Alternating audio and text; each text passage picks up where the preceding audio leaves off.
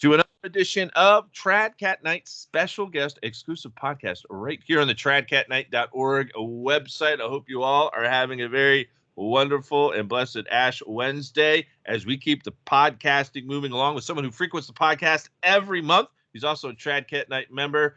We are so pleased to get him on every month to help break down all of the latest that's happening politically, geopolitically. He's an independent political analyst, Paris correspondent for the American Herald Tribune. He's got a new domain name to break to us here in just a moment. He is Gearóid Ó Colmáin, and he's been seen all over the place, folks. RT.com. He's got his own YouTube channel as well, so make sure you go over there and subscribe. And Gearóid, where would we like to begin today? The hot topic, of course, is coronavirus, how it's not only affecting, well, everything, agriculture, just how, how things are being run side level, but also the church as well. I'm sure you're seeing this in Italy. There's some indication that people are not able to get to mass as frequently. This is an interesting wild card factor where I think a lot of people are, let's say, not taking seriously at this point. And I know you've recently got a new article out there, so we want to start off first with the coronavirus, but drop the new domain name on us. Thank you so much for joining us, Gearóid. Great to be back, Eric. The domain name is GOC News, so it's very easy to get to gocnews.com. So you can get to the website. The coronavirus. We started a new newspaper in Ireland called the Irish Patriot.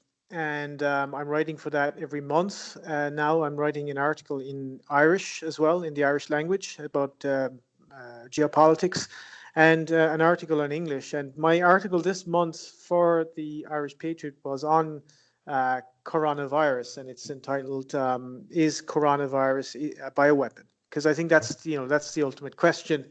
Everybody knows that Wuhan is a virological, that they have a virological institute there, and that is reportedly linked to the bioweapons program, the Chinese bioweapons program. Now, in the article, I took one angle, which was because there are various angles you can take on this. One is, how does this fit in to the ongoing U.S.-Chinese trade and political war? You have the trade war with China, obviously, and Trump, and then you have the geopolitical war where U.S. military bases are surrounding China, and there's a build-up and there's a conflict over the South Chinese Sea, and so on, and of Hong Kong, of course, and the Uighur problem in eastern China, in the Xinjiang province. So there are a few. If we look at it just first of all from a geopolitical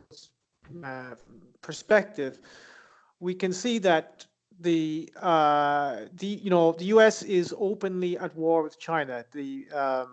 One of the top U.S. officials told Fox News recently, Michael Pillsbury, said, we are supporting the insurgents in Hong Kong. So regardless of what we think of the Chinese government, good or bad, the U.S. is involved in the insurgency in Hong Kong, and that insurgency, is not peaceful.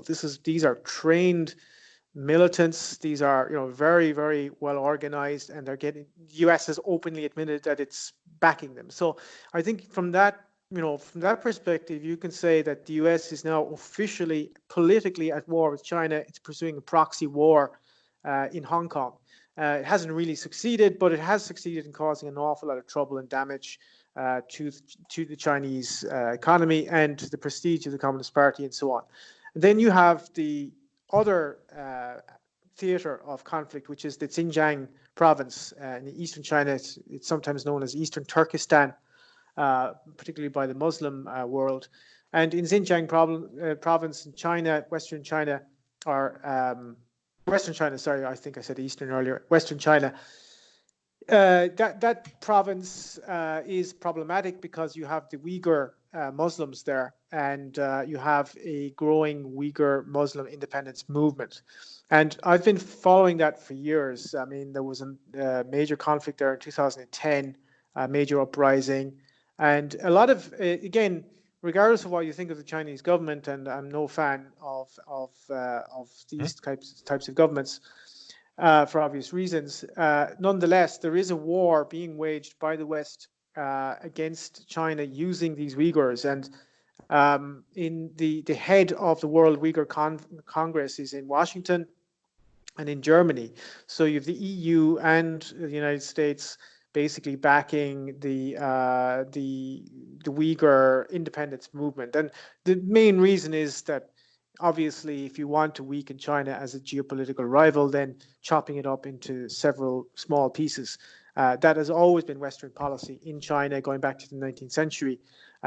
So it is in sort of Western imperial interest to break China up. And so if the Xinjiang province were to become independent, it would be a client state of the West and NATO.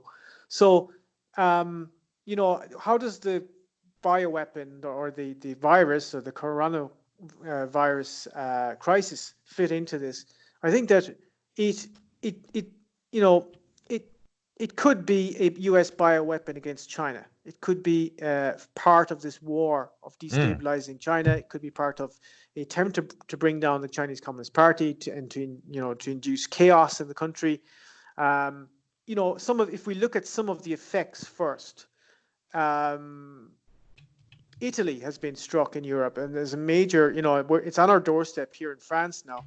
There's major quarantines in parts of Italy, in Lombardy, Milan, which is the an economic powerhouse of Italy. Italy recently has been in conflict with the United States because of signing up to the One Belt, One Road project, the Chinese Eurasian integration project. And that has been a major bone of contention with the United States. And it's really due to the fact that, the world geopolitical map is changing. The US is losing influence, China is growing in power, and so on. And the Italians have always been the weak link in the European Union. They tended to do their own thing. They've always pursued good relations with Russia. And now the Italians have definitively turned east. And, I listened to the Italian Prime Minister kind of ask the question. We were wondering why Italy has been so struck. And I don't know what he's thinking, but, I was thinking, could this possibly be part of a covert war? And if it's a part of a covert war being waged by Washington against China and its allies, then that would suggest that it's not the virus itself is not real, that it's not, that the virus is not necessarily the problem. In other words, you're not going to catch this thing and die from it, but it's more the psychological operation of the reporting and the measures that can be taken by governments because of the so-called virus. And this is sort of, whether or not it's a bioweapon by the US or a bioweapon by China, it could also be a Chinese bioweapon directed at the West. But regardless of whether it's a military operation, what the thing that interests me and kind of scares me most about this is that it seems to be the sort of measures that are being put in place because of the virus. The quarantines, arresting people, the hysteria, the kind of rights it gives. Vaccines. The kind of rights it gives governments and agencies. That's what's scary about this, because if you look at the flu, the common flu kills thousands of people, millions of people every year, all over the world, and we don't go around panicking and quarantining people over it. So this hasn't killed anything like the common flu, and yet now you have this panic, and we may have to go around with masks, and how long we're going to have to do that, and then you have this, plus the fact that the Bill and Melinda Gates Foundation were teamed up with the Institutes of Health, the John Hopkins Health Research Center, I think it's called, John Hopkins University, and the World Economic Forum. It was a major simulation, essentially, of the coronavirus in last October. And if the videos are online, I wrote about that in my article. And if you look at the the videos of that simulation, they're basically sitting around. You've got top CEOs from the world's most for the world's biggest corporations saying, if this happens, then first thing we need to do is control Twitter and social media and the internet and bloggers, because we can't allow any view which contradicts the government view to come out. And so it's like, and that's happening now. Already you see reports, talking about conspiracy theorists and so on and so forth, and the necessity of cracking down on that. And yes, so I think I also mentioned in the article that the possibility of a bioweapon is not something that's just being, talked about on social media and by conspiracy theorists. I mean, you have, for example, in the Philippines, the president of the Senate played a video suggesting that it was a US bioweapon against China, and again mentions the Bill Gates Foundation and all of that. And that's somebody who is who's the president of the Senate in a country. He played it for the foreign minister of the Philippines, who of course dismissed it as ridiculous conspiracy theory. But if you look at the history of biowarfare, the Japanese used biowarfare in China in the Second World War, and they weren't too concerned about the typhus and cholera and other diseases they were testing, then escaping. So it has been done before, and I don't see any reason to believe it wouldn't be done again. Yeah. Oh, wow. We were briefly talking off air here about the third secret of Fatima and how Father Malachi Martin warned that an aspect of the third secret of Fatima would be that eventually, due to epidemics, pandemics, whole nations would be wiped out. And like you, when this first broke, I was like, oh, goodness. Okay, they're causing hysteria, which I thought initially, and I'll still hold to this thesis, more or less it was to get the vaccine agenda across. I do think it will be a part of the global medical police state to where they'll set up checkpoints, and you can't move beyond those checkpoints or beyond the airports if you don't have certain vaccines taken. I think it ties into the whole mark of the beast system, which I think should be, anyone following my work, people should know that that's right around the corner as well. So I agree with you there. But then I do believe down the road there's going to be something, and I don't think it's going to be the coronavirus, but there's going to be some, whether they release bird flu or swine flu or whatever, bubonic plague even.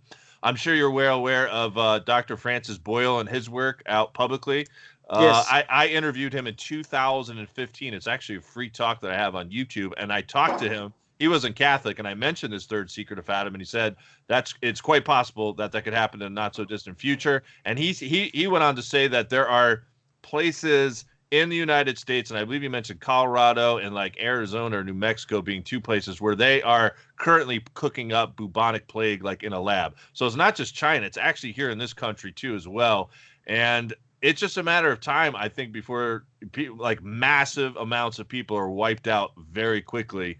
And go ahead. This is the thing. I mean, if you only have to read the liberal press to understand that they are talking about the necessity of depopulation all the time because of the because of the fake, global warming crisis. Yes.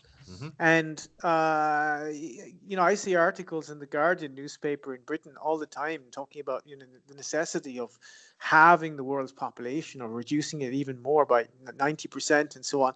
And I think people just, you need to kind of stand back from an article like that and realize what they're telling you. I mean, there's obviously when you have policymakers, and a lot of these journalists are simply policymakers, they're part of the communication system of the elite oligarchy.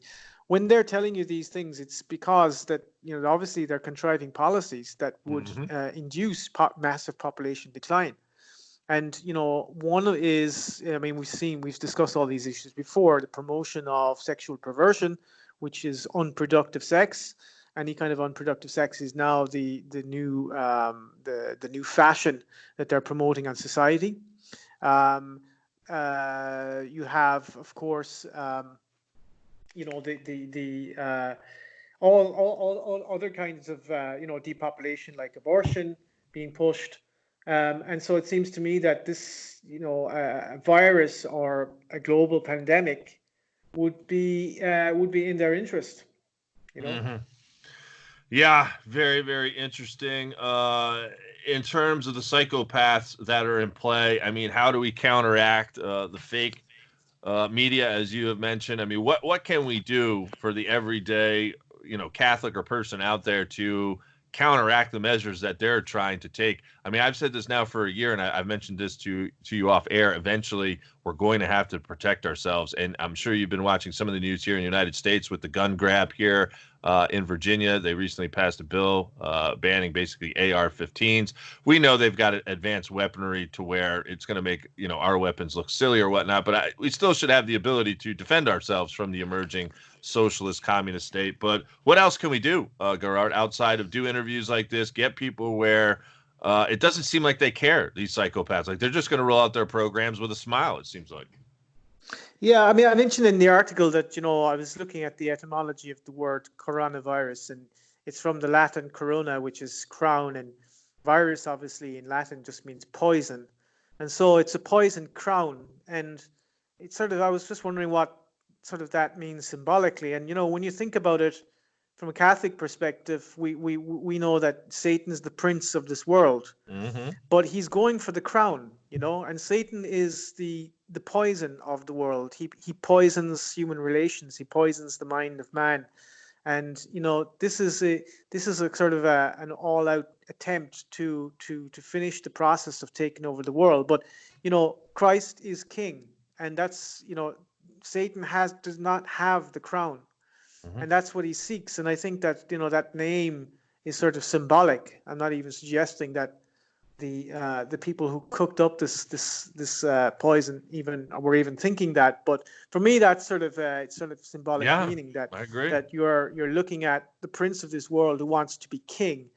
And for Catholics, we know that Christ is king, and our social and political perspective is based on the idea of the submission of the will to the will of God, and therefore you kill the egotism in man, which is the origin of most of the evil we see in the world, and which is nourished by the system of social and political relations in which we live, the system of excessive greed and individualism.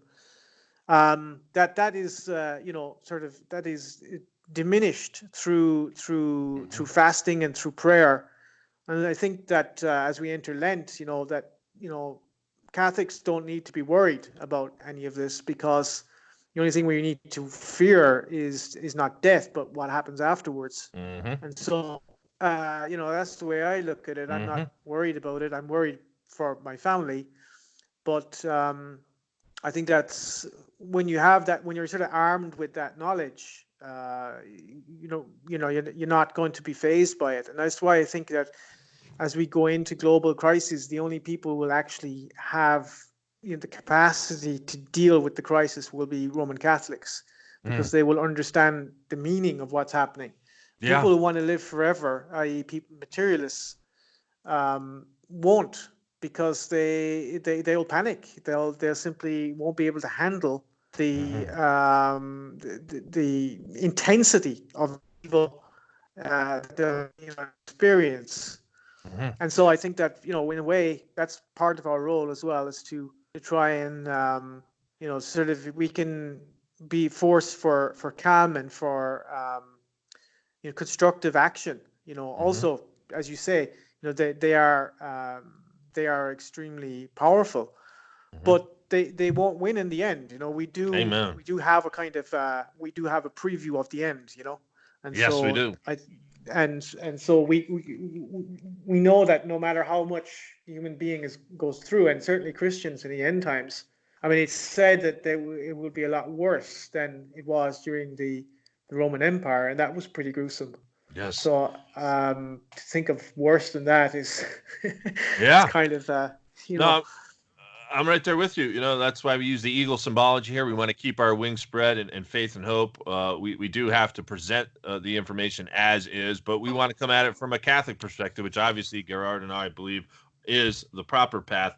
Now, listen, we study the sect of Freemasonry. We cover these globalists, these deep state, this Luciferian sect, and several points. You've already pointed out how they're trying to cause hysteria across the board. So we know the mantra of these Masons: out of chaos comes order. And then also we have to talk about the problem, reaction, solution scenario that these globalists want. So the problem is virus, reaction is hysteria, as you have mentioned. But the solution ultimately is going to be vaccines, which is going to have a mind controlling aspect. It's going to, fit into the whole mark of the beast kind of scenario. These people are bloody brilliant in terms of. Yes. Go ahead. Absolutely. I mean, what's happening, politically throughout the world is that the minority, I've mentioned this a lot, that the rights of the majority are being trampled upon on every issue. And this is one of the reasons why, when it comes to, multiculturalism, where we hear about minority rights and the rights of minorities. And it's the reason for that is because we're ruled by a minority. The oligarchy are a minority. And the way you control the majority is through, propping up a minority and making that minority dependent on you for protection. So you see this all over the world. And right now, we've been discussing this in previous interviews. We see chaos developing in different countries. Obviously, it's right throughout Europe. We've had the Yellow Vest protests still going on. You've got potential economic collapse that could come from this coronavirus. Remember, Yes. China is the factory of the world. If the Chinese economy collapses or really goes into major recession, which it already is, obviously that's going to have a huge impact on the West. So that alone, the fact that this could bring on a major economic crisis, and you could have the fear factor of the coronavirus, the quarantines, and then the failure of the economies. I mean, once you Travel get affecting travel, right? yeah, and once you get, of course, and once you get a breakdown in the economy, you will have food shortages. In China alone, you've had some major food shortages now because they have too many food containers in the pork, for example, in the ports, and there are shortages and delays, and that could get much worse. And again, considering the population of China, I mean, I mentioned in Asia. There was a senator in India, major senator, who mentioned this book of science fiction. I don't remember recall the name of that book now. Dean Koontz movie, yeah, Dean Koontz. Dean Koontz, book. yeah. Yeah. And anyway, that was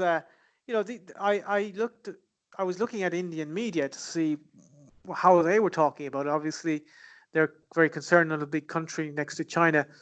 And they were giving strong credence to the idea that it was a Chinese bioweapon and that had gone wrong, and that it again, the view in Asia is a lot. In Europe, it's just taboo to even suggest anything like about bioweapons. But there was another report in major Japanese media suggesting that it may have started in the United States and then was brought to China. And that created a big hullabaloo in social media in China. So, there's a sort of to and fro in terms of the blame game here, in terms of where this started. But I do think that it comes from the military-industrial complex in one form or another. I just mentioned India there. I've discussed different issues there. But I was coming back to what I was saying about China and the Uighur uprising. China has a major uprising of Muslim extremists in the Xinjiang province. The extremist aspect of the Uyghur uprising is, of course, not covered at all by the Western press, because the Western press simply uses China as a foil to show how free we are. Aren't you glad you don't live in China? Look at what they do to these poor Muslims. And Muslim terrorists, when they're attacking a geopolitical rival, are always innocent rebels, and as in Syria. And it's no different in China, in the Xinjiang province. They've been extremely violent, extremely well organized. Many of them fought in Syria, and that the Uyghurs in China are getting extensive help from world Muslim communities. And you have Saudi Arabia, you have other. Now, a lot of these countries have a complex relationship with China, But you have networks, globalist Muslim networks, which are extremely powerful. I covered this in Myanmar, for example, where they're trying to carve out a state in Rakhine province. And, they have the entire liberal media behind them, when in fact it is in Myanmar, it's the Muslims who are committing massacres against the Buddhists. Right now in India, I've been mentioning this before, you have major uprising of the Muslim population against the Hindu government there, because the Hindu government in India, which has a sort of a nationalist, resurgence in India. They've been run by liberals for a very long time, and again, the majority has been excluded from politics there. And the Hindu majority government is now under pressure, major pressure from a Muslim uprising. The Western liberal press are on the side of the Muslims. They're committing crimes and atrocities. Many of them are linked to Al Qaeda, the Islamic State. And the reason why that is happening in India is because the Indian government basically passed a law which said that if any people coming from neighboring states, i.e. Pakistan, Bangladesh, into India who are not Muslim are eligible for expedited citizenship. The reason for that is that they view these countries as hostile to Hindu or Christian minorities, which they are. If you want to be a Christian minority in Pakistan, for example, you'll probably end up a refugee. Christians are persecuted in these countries. And, the Western press are on the side of the Muslims in this. So you have a policy in the West of supporting minorities against majorities. That's the policy of the liberal elite. Wow. Yeah, an awful lot to consider here, Gearóid. Unfortunately, we're just about out of time. Maybe you could give us a little sneak peek as to what you'll be working on in the upcoming weeks. Again, drop the new website, the new domain on us again here. And we've got you scheduled already for next month, so looking forward to it with fresh information. But go ahead. We're about. Well, there's a lot of dossiers I'm going to be working. I'm going to be coming back to Asia, particularly to what I have said for a long time is a developing civil war in India, which is going to be massive in terms of the chaos potential. Obviously, China. Working a lot on Africa and different. Again, the ongoing genocide nobody's talking about in the Congo, in Eastern Congo, so people can learn more about that on my website. And it's gocnews.com, so it's very easy to get to gocnews.com. Good stuff, buddy. Appreciate your time, folks. Listen, thank you all for tuning in to Tradcatknight special guest exclusive podcast for this February the 26th, 2020. Until next time, stay safe and God bless.